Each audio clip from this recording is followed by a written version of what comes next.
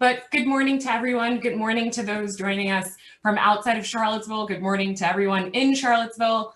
It's a beautiful day after all that rain. And I'm so happy it's sunny and bright, and we could use all that on a Friday the 13th. So welcome. If you haven't, yeah, the Creative Mornings team here is getting all excited.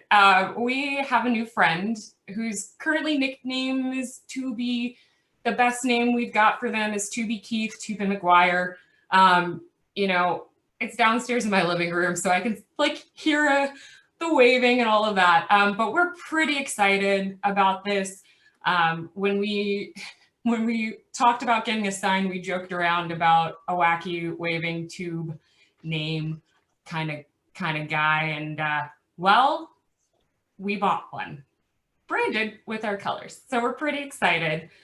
You'll see more of Tubi, whose name is to be determined. Thank you for that. Nominate. I like how to call it Jeffrey Tubin. Can you call it that?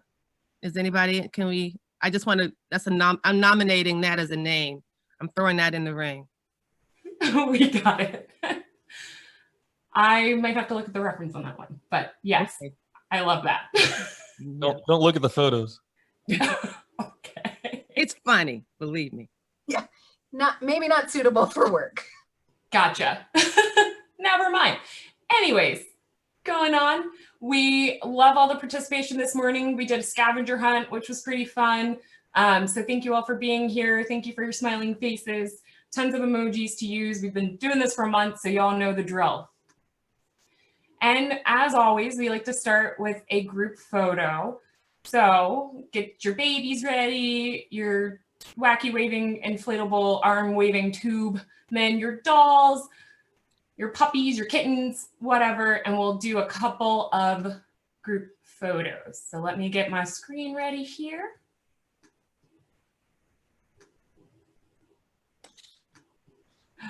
Oh, there really are so many dolls. I love it. And dogs and babies. Oh, so excited. Okay. All right, is everybody ready? Ready, 1, 2, 3. And there's quite a few people on, so I'm going to take a couple to get all the screens. So one more time, 1, 2, 3. Okay, flip to the next one and last one. All right, ready? 1, 2, 3.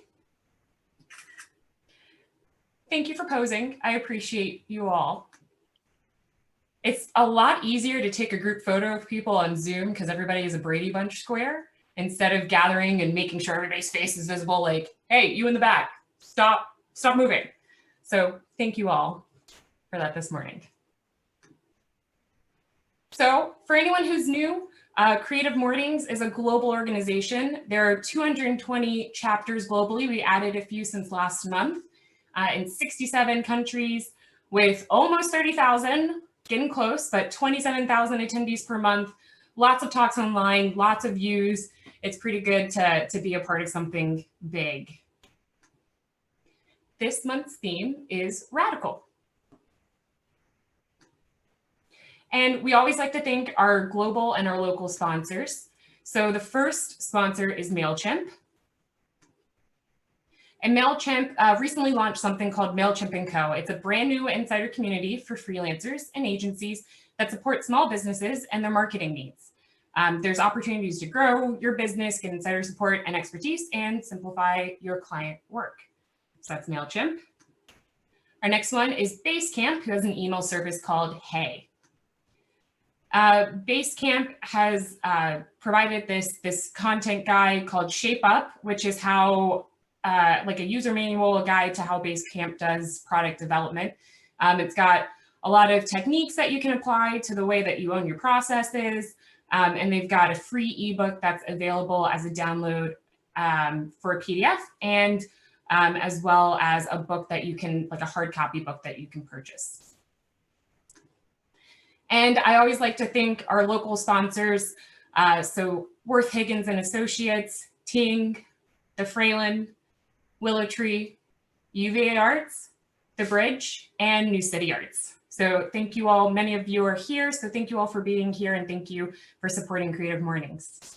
And with that, I will pass it off to Matthew McLinden with an announcement from The Bridge. He is stunned.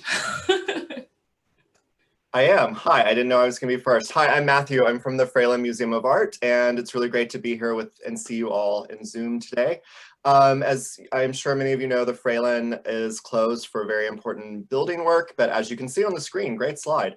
There's so much going on online. We're very much open online, and so I'm just wanted to take you through a little bit of that today. A very, very important event for UVA, for Charlottesville, for all of us on Monday, November 16th at 6 p.m. U.S. Poet Laureate Joy Harjo will be giving a reading open to the public, and you can find everything I'm going to talk to you about today on our website, on our Fralin from Home page. So just Google the Fralin Museum of Art and look for the Fralin from Home page, and you will find all of this. We have a great talk coming up on Thursday, Like a Wrecking Ball, using art and humor to confront racist statues in Australia and the USA. That's a partner program with our sister institution, the Kluge-Ruhe at UVA. We have a virtual mindfulness and art tour on the 21st. I'm now seeing that you can actually see all of this on the slide. I'm just seeing the slide for the first time, sorry. And then on the 4th, I'm really excited to bring back our popular series. We've done wine and art and beer and art, and now we're doing cocktails and art with Vitae Spirits on December the 4th. You can find more information on our website, again, the Fralin from Home page, or you can go straight to our YouTube page. Just Google Fralin Museum YouTube. We have so much programming for all ages. So if you have kids at home looking for great spotlight tours of art or art making activities, all of that can be found easily there. So please come and enjoy some of this great online content my colleagues have been producing. And good morning, everyone. And that's my cat. Well, thank you so much, and good morning. I've been to a couple of Fralin events, and they're all wonderful. I'm especially looking forward to Joy Harjo. So great events to attend if you can make it. Next, The Bridge. So Alan.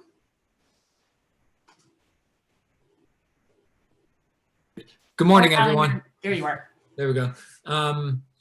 There's a lot going on at The Bridge, including an, as always, there's a lot going on at The Bridge, including an exhibition in the windows, a video exhibition by Zach McConnell that y'all should check out in the evening if y'all ever wander by, want to spend a few minutes looking at that. It's a fantastic, it's about 35 minutes in its entirety. It's a dance video installation in the windows. But the one thing that I really want to talk to you all about today is a call for artists for our face-to-face program. I want to encourage any of you portrait artists or artists out there who think that they might be into the idea of venturing into the realm of portrait work, whether you're a photographer or a painter or whatever your medium is.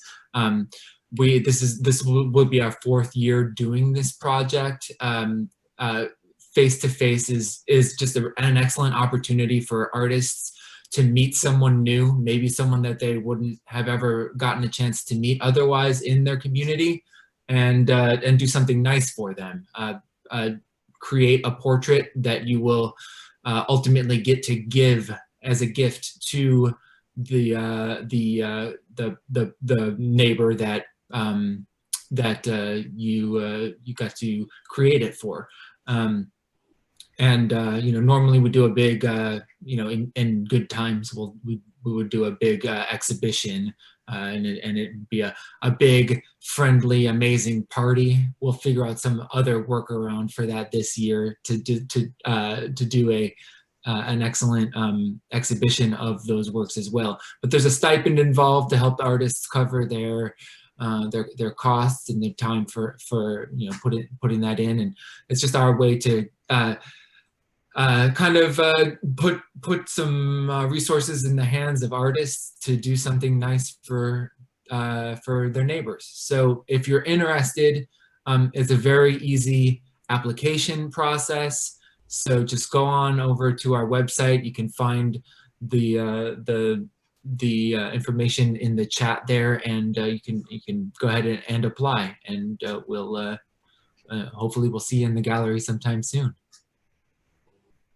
Sounds great. Also a great program if you are a portrait artist. I participated last year and it was amazing. So definitely consider that.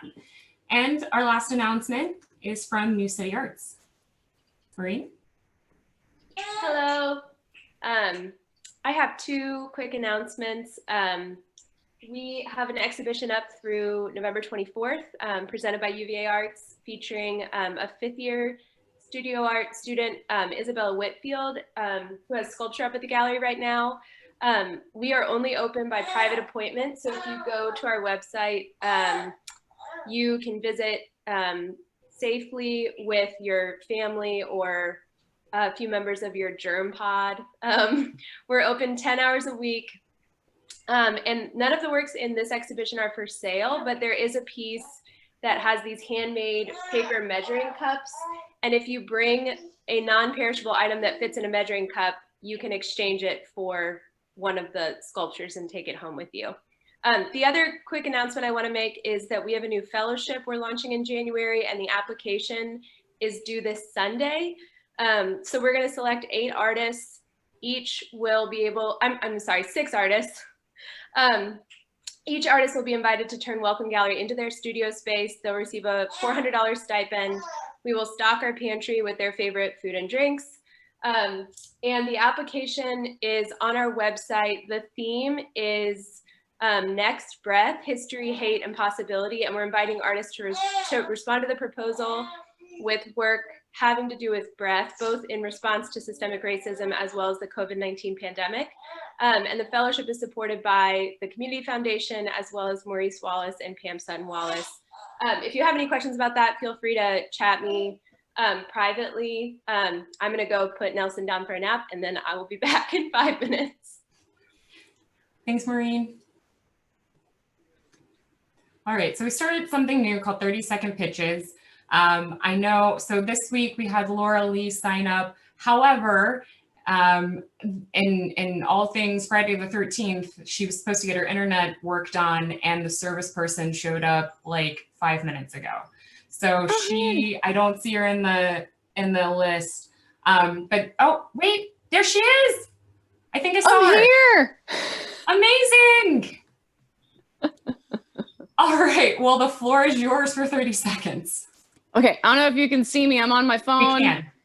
Okay, hi. I know it's been one of those days, but I'm excited to share an event happening both online, virtually, and in person at the Bridge tomorrow called WomCon. It's a women-run Comic-Con little pop-up with myself and local lady cartoonists. We got Hannah England and Mariah Bryant, and we got some virtual programming from some of my my con sisters from along the East Coast.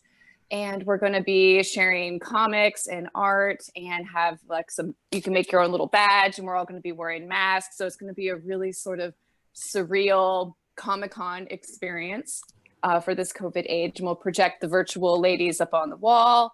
And yeah, so please come by. We'll be there 10 to 5 o'clock. And actually tonight, the virtual musical adaptation, the very new virtual version of the Will and Wit musical is playing online. So there's also info on if you go to our Facebook event, it has all the information collected. So it's just a virtual world we're living in. So amazing. Thank you so much. Thank you. I'm so happy this worked out. I was going to say, I know she's been posting about it on social, so I'll just direct you there.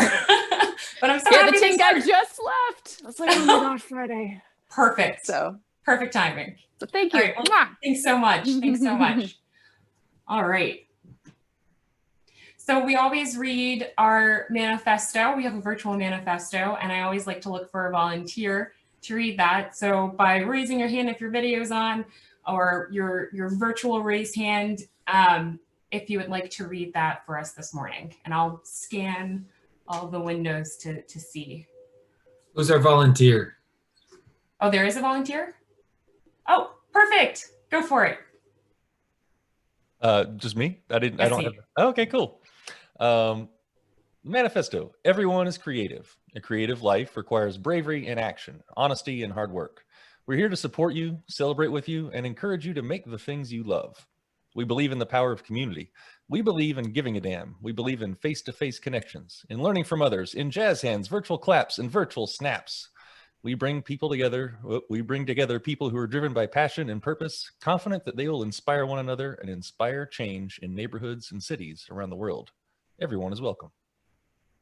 Thank you so much. And I love the radio announcer voice. It's almost like that's your profession. All right. So this morning we have Lisa Woolfork, and I will pull up her bio to share with you all the wonderful things that she's done and to intro her to our talk this morning. Lisa Woolfork is an associate professor of English at the University of Virginia, where she specializes in African American literature and culture. The University of Illinois Press published her book, Embodying American Slavery in Contemporary Culture, in 2008. In addition, her work concerns televisual representations, including an article on blood mixing in HBO's True Blood and the South Carolina Review, and a chapter on All in the Family and the Jeffersons, titled Looking for Lionel, in Racing for Ratings, African Americans in Television, edited by Lisa Guerrero and David Leonard. In addition to courses on fictions of Black identity, Black women writers, and contemporary African American literature, Professor Woolfork also teaches a popular course on George R.R. Martin's book and HBO's television series Game of Thrones, which garnered national recognition. Recently, Professor Woolfork published an article titled Nominal Blackness about the rhetorical and social weight of Black women's names, as well as an essay about the role of whiteness in the 2016 film, The Free State of Jones. In 2016, she was named part of the inaugural class of the University of Virginia College Fellows, an ambitious two-year program for faculty to revise the undergraduate curriculum by crafting a new approach to undergraduate education. As a part of that initiative, Dr. Woolfork created 2 new courses for first-year students, Race, Racism, Colony, and Nation, and Making the Invisible Visible.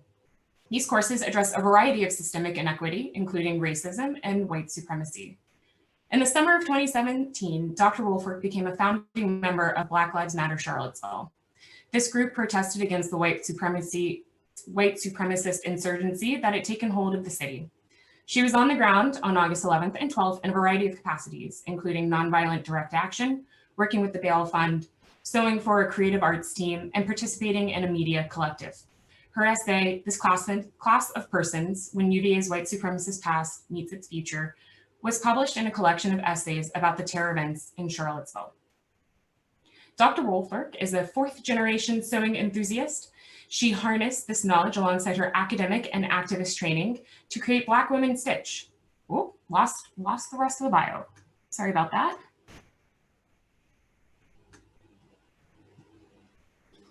All right. To create Black Women Stitch, the sewing group were Black Lives Matter. In September 2019, she launched Stitch Please, a weekly audio podcast that centers Black women, girls, and femmes in sewing. The podcast is heard in 94 countries and maintains a high rating on Apple Podcasts. Please join me in welcoming Lisa.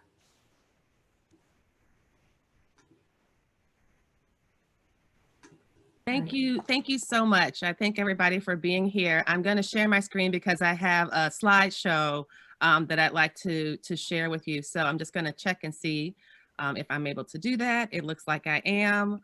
And so I believe we are ready to get started. Can everyone see that okay? Okay, great.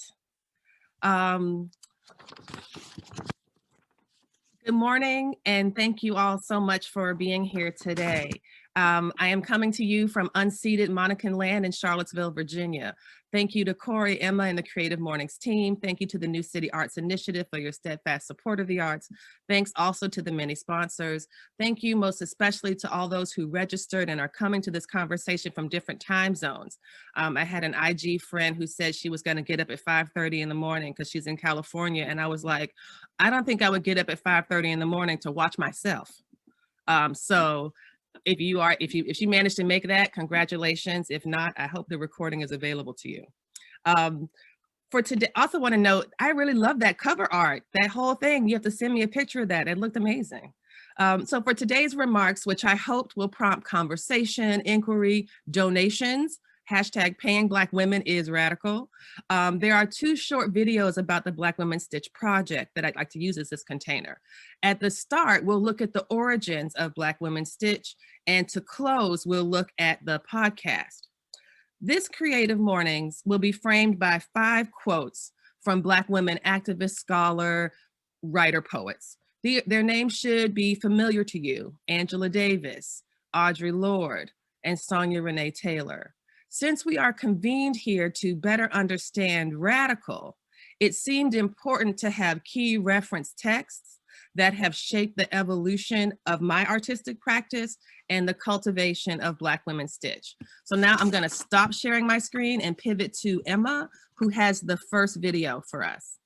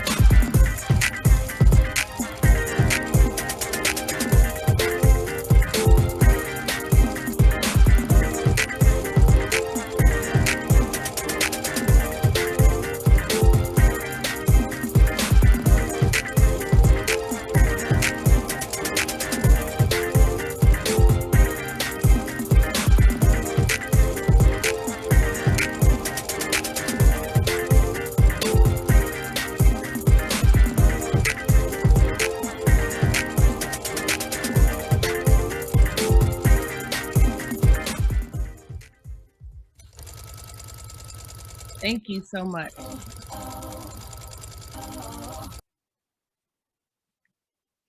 Thank you, thank you. I did not mean to interrupt my own presentation. I was like, oh wait, I think that's over. It's like, no, it's not over yet. So I'm gonna just pivot back to the slideshow. So to begin, we're going to start with a quote from Angela Davis. And this states, radical simply means grasping things at the root. I never thought of myself as a radical or even as an activist.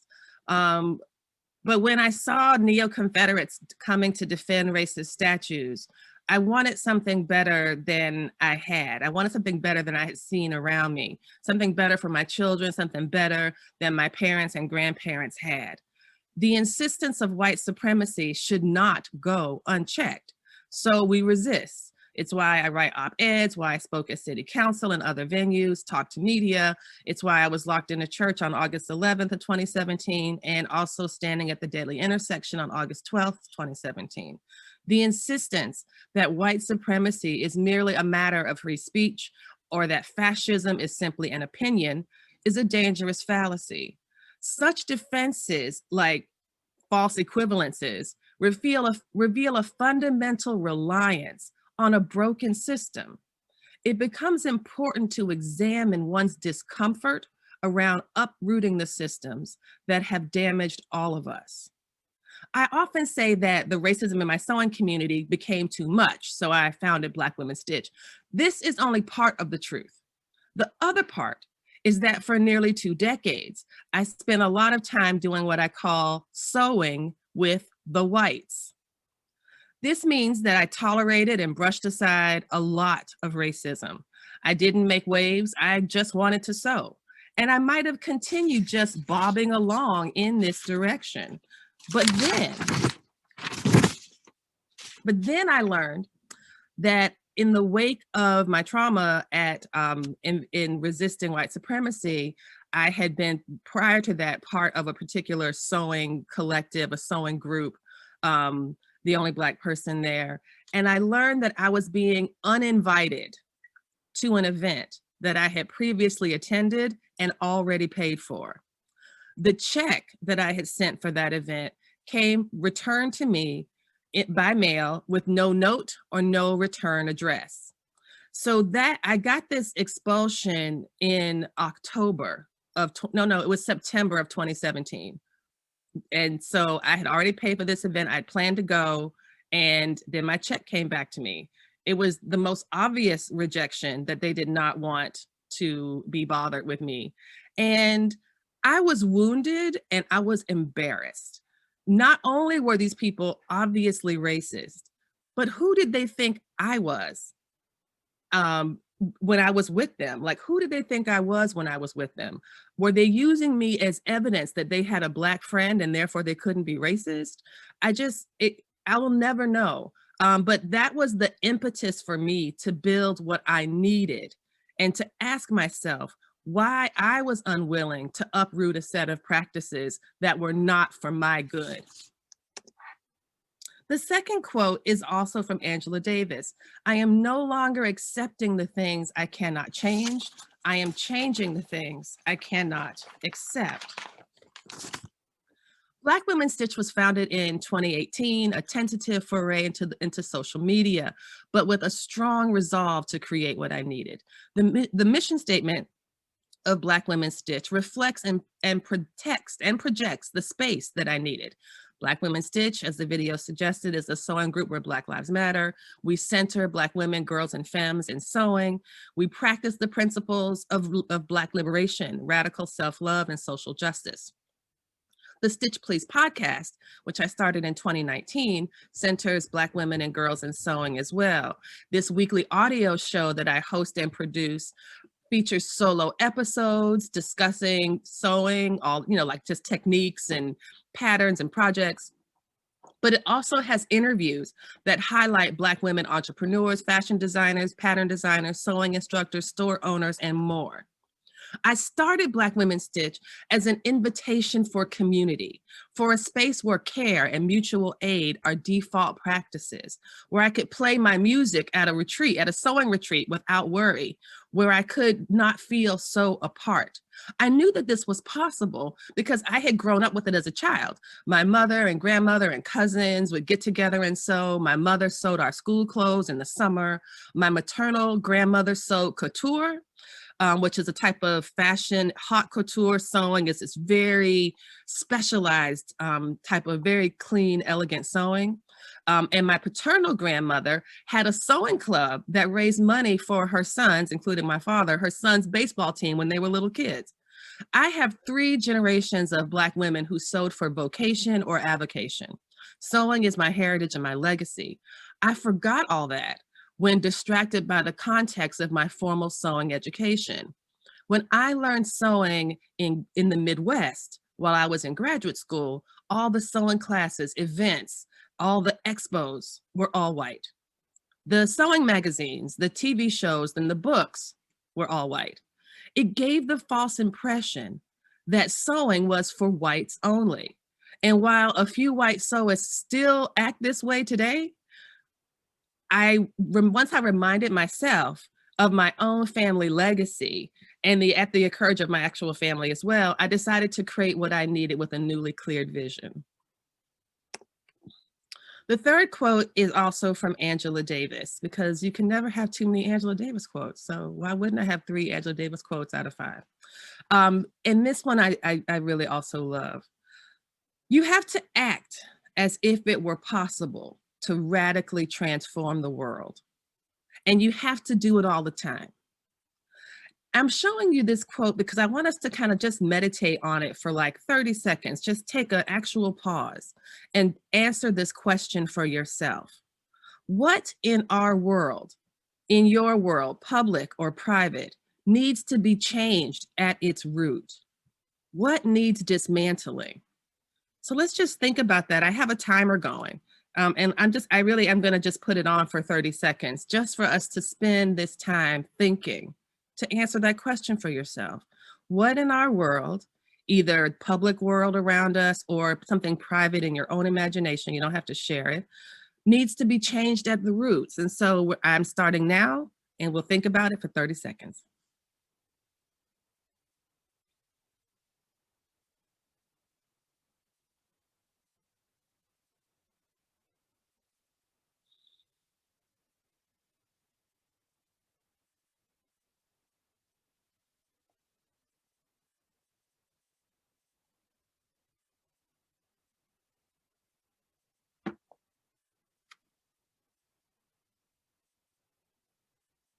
Okay, that was 30 seconds. The reason I asked you to think of something, to conjure something in your mind, is because the possibility to radically transform the world is real. This can happen. In fact, our present moment, where we are right now, is proof that our ancestors believed in radical transformation. I made a poster. Look at it. It's so cute. I was so proud of it. Also, I love how it has this like really cool essential truth in it. The funny thing about this poster is somebody I know reposted it like on their page, and people gave them no end of shit about it. And I was like, that's funny. I posted it on my page and I didn't hear a peep out of anybody. I wonder why. Because I think if somebody had said to me, well, I don't, maybe because they know I don't give a shit. And I think that I'm absolutely telling the truth. And if this somehow makes you really like feel uncomfortable or attacked, or if your immediate response is not me, a lot of people have that response, not me, I'm not talking about you. I'm talking about, this message was geared toward Black women, that some of their white friends are lying to them. This is obviously true. Because how do you get more white women voting for Trump this time than fewer? That makes no sense at all. So, and I'm like, and you're not my friend. So what do I care? You're some stranger on the internet. Get off my page. I guess that's why I don't get a lot of feedback like that. Okay. Caring for myself. This is the fourth quote for today is from Audre Lorde. Caring for myself is not self-indulgence. It is self-preservation. And that is an act of political warfare. So some might say, you know, Lisa, after all this like racist trauma and all the things that have happened in Charlottesville and, you know, the protests, the resistance, the speaking at the steps of the State House and all of these things to kind of get statues down and to get people to change their thinking and dismantle white supremacy, it's just a sewing group. Who gives a shit? Honestly, aren't there more important things that you could be worrying about? Like, do you really have to kind of organize around sewing? Like, what difference does it make? And then, of course, the whatabouts start. I love the whatabouts. These people will pull out all sorts of arguments. What about the blank, blank, blank? And I'm like, don't tell me about the blank, blank, blank, because you didn't care about the blank, blank, blank until you got to use them in an argument against me. I don't see you working for the blank, blank, blank in your own regular time. So cut out the whatabouts. But my point is that that Black folks should be able to fully inhabit all contours of our lives, whether it's bird watching or quilting. We should be able to enjoy these creative moments free from microaggressions, gatekeeping, and suspicion. I have an Instagram friend who was actually carded at a sewing expo. She was at a sewing expo and somebody thought she should not be there and asked for her ID. They checked her badge to make sure she was really supposed to be there. And all she was doing was being like a young Black woman in her 20s at a sewing event. But she looked so out of place that it boggles the mind. When people say that, oh, wow, American racism is a lot less overt than it used to be. Chris Rock has made this point that we are now dealing with the best versions of white people America has been able to produce. That these white folks are like way nicer and way better than the white folks from a long time ago. And so this means that racism is a lot less overt, it's covert. The old school racists, they say, are gone. Well, I'm just here to tell you that they all got on Facebook and started sewing groups. Because whenever I have joined any type of mostly white sewing craft group on Facebook, it always devolves into some type of explosive racist nonsense. Somebody posts something racist. One or two Black people will say that's racist. The moderator will say, we don't want any drama. If you don't like it, ignore it or keep going. It's just completely encouraged there. And so for me, since I see sewing as part of self-care as a creative expression, And I say self-care here in the sense that Audre Lorde is thinking of it. And this is not a kind of corporate capitalist self-care, the kind that comes in a monthly box. But this is a deep process. It's sometimes uncomfortable process of understanding what motivates you as you move through the world, what helps you be your best and highest self. And this is the form of self-care that you cannot buy in a kit. My final quote today is from Sonia Renee Taylor. She is the author of the book, The Body Is Not an Apology, and it's really quite wonderful. Her notions of radical self-love have been quite instructive to the development of Black Women's Stitch. And I want to close to get us to think about what are the ways that the pandemic has become an opportunity.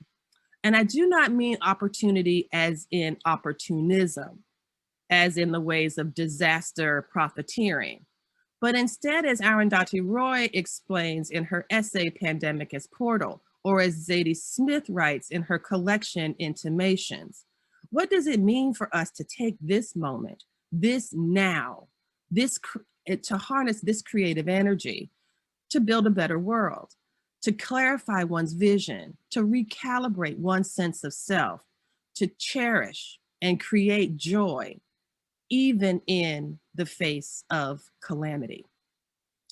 Now to close, I am going to unshare my screen again and ask for the short video about the podcast to be shown.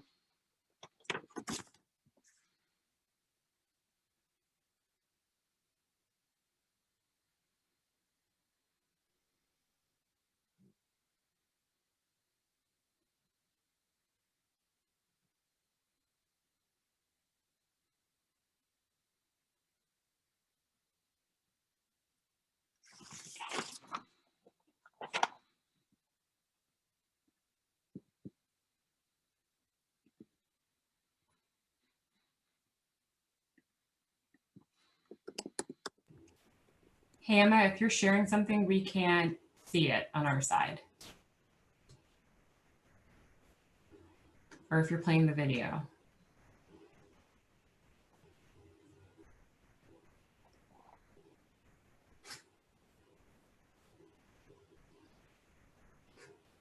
So sorry, guys. This happened last time. I'm going to try one more time. I'm so sorry.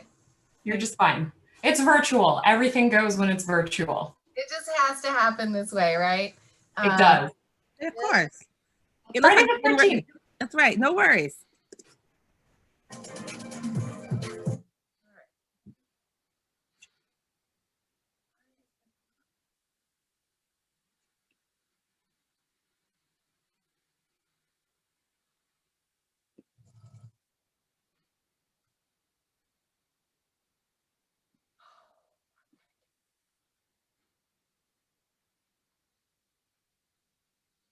So maybe while we're waiting for the video to come up, if anyone wanted to share, maybe through the chat, or you could private message me a question or your questions to ask, we could start discussing some of the themes that Lisa has spoke on so far, and we'll wrap up shortly.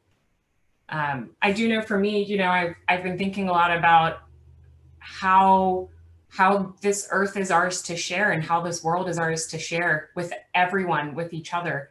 And just kind of thinking about it at that really macro level of how can I be a better neighbor to everyone in this world? So that's sort of what I was thinking on during that time.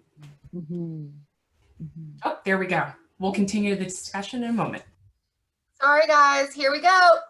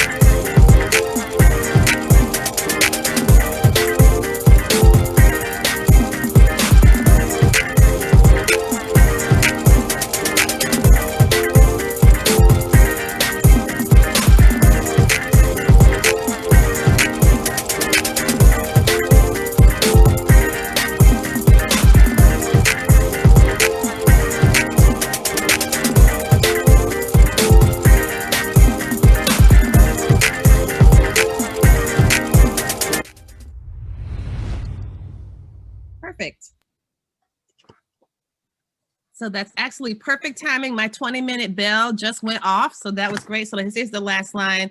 I'm really proud of, I'm proud of the podcast. I've worked really hard on it. I had to teach myself everything about making a podcast. I connected with some really cool people in Charlottesville.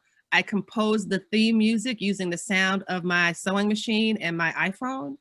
And so everything I make it in GarageBand, which is not what real podcasters do, but it's what came on my computer. It's what I had. And so it reminds me that it is possible to change the world one stitch at a time. And if you'd like to support the Black Women Stitch Project, you can give to our Patreon for monthly contributions or make a one-time donation at blackwomenstitch@gmail.com. The links are in the chats. Thank you very much for your attention. Thank you all for being here. Yay, y'all are awesome. Thank you, thank you, thank you. Well, thank you so much. We usually do some Q&A, and I know you wanted to kind of frame this morning discussion to this morning. I don't see any questions yet, but what has been your favorite podcast topic so far? Of my podcast? Mm-hmm. Oh gosh, that is really hard to say, because if you say something, then somebody is going to get mad. They're like, well, I'm not going to talk to her again because I'm not the favorite. But I do like that it's a mix of interviews and a mix of solo episodes. That makes it a lot easier for me. It makes it easy, I mean, because it's a lot of work. I think as folks who have ever done a podcast know, it really is a lot of work. And I think it's just hard. Like, starting an organization is a lot of work, and like holding on to all of the pieces, and then, you know, to start everything that I've done is an idea that I wanted to do, and I didn't expect anybody else to do anything. And some folks have helped, certainly. I have a team of charter members who are really great with giving advice and support and like helping me to say, don't do that, just calm down. But the day-to-day operations is something that I am doing.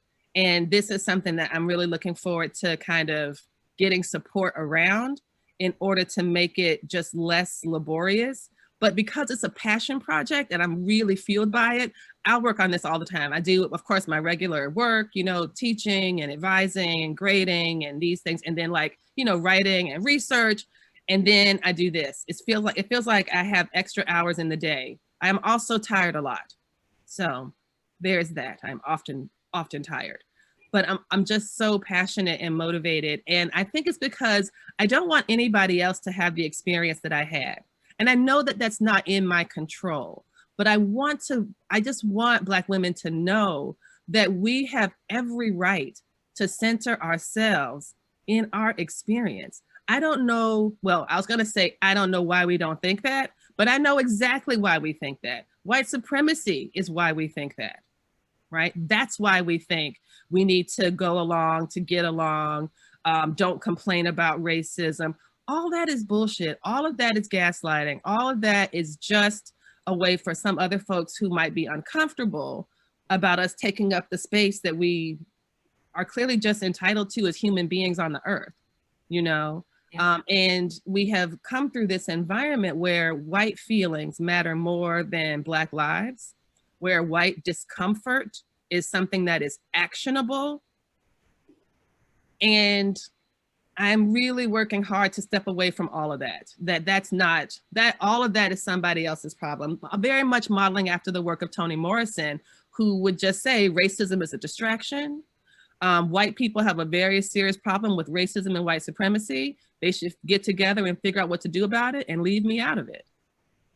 And then I can spend my energy going about, you know, enjoying my life. So I don't know if that answered your question. Actually, I know it didn't, but it answered a different question. So I'm okay. It did. An important question. So, you know, it seems like sewing has become, well, not become, but it is a very big part of your life. How did you first get into sewing? Lisa Ryan asks, you know, how did you learn how to sew or stitch, and who taught you? What was the first project? Those sort of things? How did you get into this? It's so funny because my mother sewed, my grandmother sewed. I wanted nothing to do with it. I remember I used to get custom fittings for clothes all the time, getting stuck with pins, having to stand still. It was boring. And then, of course, I became like a really obnoxious teenager, and I didn't want anything my mother or grandmother made for me because I wanted to have the stuff that I could buy at Birdine's. Birdine's was our store back in the day in Florida. I think it used to be just a Florida store, but it's kind of like a Macy's, you know. My mother was so committed to this. We wanted designer things, and we had an uncle who was living in Korea at the time because he was a teacher for a military base, and apparently he was able to get like bootleg stitched triangles that said Guess. Remember Guess jeans? Remember Guess jeans were all the rage? So because these things are manufactured there, somehow he came upon like 20 patches of that said the word Guess. And you know, my mother totally would make our clothes and sew that. And she's like, well, if you want a brand name so bad, here's these little triangles that Uncle Jim sent us, and I will stitch that little triangle. If it means that much to you, somebody's triangle on your butt here. There you go. Of course, that's not the same. Like, I don't want that. I want the real thing.